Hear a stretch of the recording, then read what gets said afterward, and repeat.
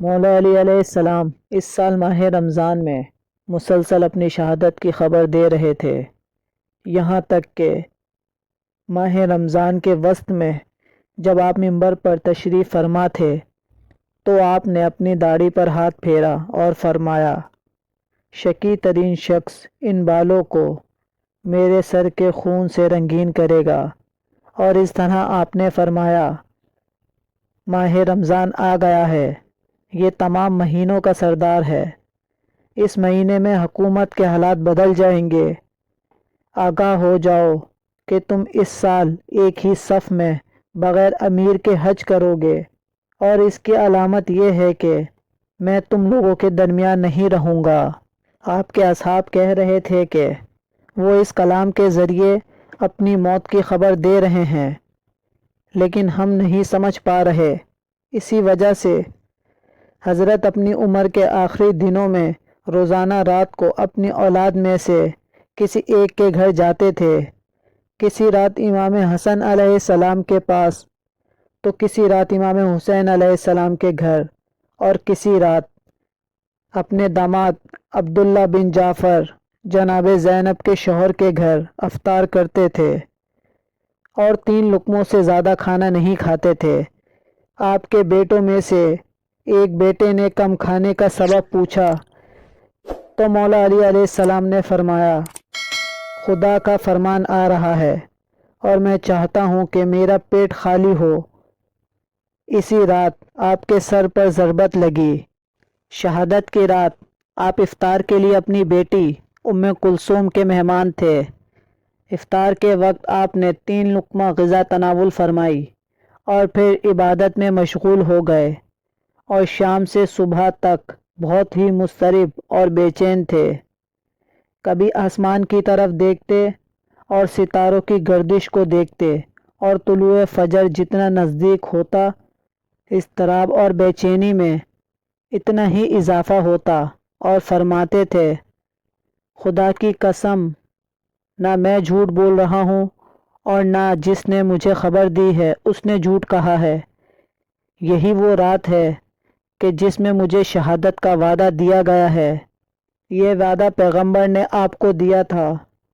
علی علیہ السلام خود نقل کرتے ہیں کہ پیغمبر نے رمضان المبارک کی اہمیت و فضیلت کے بارے میں جو خطبہ ارشاد فرمایا اور پھر آخری خطبے میں رونے لگے، میں نے عرض کیا، یا رسول خدا صلی اللہ علیہ وآلہ وسلم، آپ کیوں رو رہے ہیں؟ تو آپ نے فرمایا، اس مہینے میں جو تمہارے ساتھ پیش آئے گا اسی کے بارے میں رو رہا ہوں۔ بالآخر کرب اور بے چینی کی رات ختم ہوئی اور مولا علی علیہ السلام سحر کی تاریکی میں نماز صبح ادا کرنے کے لیے مسجد کی طرف گئے۔ گھر میں جو مرغابیاں پلی تھیں انہوں نے رستہ روکا اور لباس سے لپٹ گئیں۔ بعض لوگوں نے چاہا کہ ان سب کو دور کر دیں، مگر آپ نے فرمایا، انہیں ان کے حال پر چھوڑ دو، وہ فریاد کر رہی ہیں اور اس کے بعد مسلسل نوحہ و بکا کریں گی۔ مولا علی علیہ السلام نے فرمایا، میرا دل کہہ رہا ہے کہ میں قتل کیا جاؤں گا۔ ام کلثوم امام علی علیہ السلام کی گفتگو سن کر مضطرب ہو گئیں اور عرض کیا کہ حکم دے دیجئے کہ جدہ مسجد میں جائیں اور نماز جماعت پڑھائیں۔ حضرت نے فرمایا، قضائے الہی سے بھاگا نہیں جا سکتا۔ پھر آپ نے کمر کے پٹکے کو مضبوطی سے باندھا۔ مولا علی علیہ السلام مسجد میں داخل ہوئے اور نماز کے لیے کھڑے ہوئے اور تکبیرۃ الاحرام اور پھر قرات کے بعد سجدے میں گئے۔ اس وقت ابن ملجم نے زہر میں بھجی ہوئی تلوار آپ کے سر مبارک پر ماری۔ اتفاق سے یہ ضربت بھی اسی جگہ لگی جہاں پہلے عمرو بن عبدو نے تلوار ماری تھی۔ آپ کا سر مبارک پیشانی تک پارا ہو گیا۔ جس وقت مولا علی علیہ السلام محراب عبادت میں آئے تو چند لوگوں نے ان پر حملہ کیا اور ابن ملجم ملعون نے آپ کے سر پر ضربت ماری اور فوراً ہی اپنے ساتھیوں کے ساتھ بھاگ گیا۔ مولا علی علیہ السلام کے سر سے محراب میں خون جاری ہو گیا اور آپ کی داڑھی کو رنگین کر دیا۔ اس وقت حضرت نے فرمایا، فزت رب الکعبہ، رب کعبہ کی قسم میں کامیاب ہو گیا۔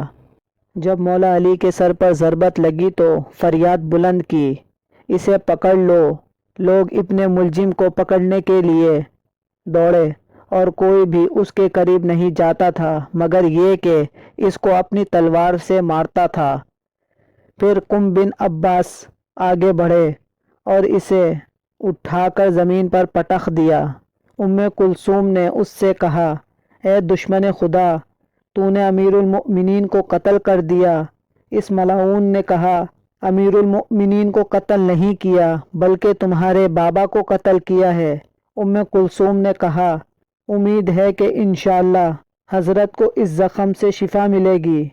ابن ملجم نے بے حیائی سے کہا، میں دیکھ رہا ہوں تم ان پر رو گی، واللہ میں نے ایسی ضربت ماری ہے کہ اگر اہل زمین پر تقسیم کریں تو سب ہلاک ہو جائیں گے۔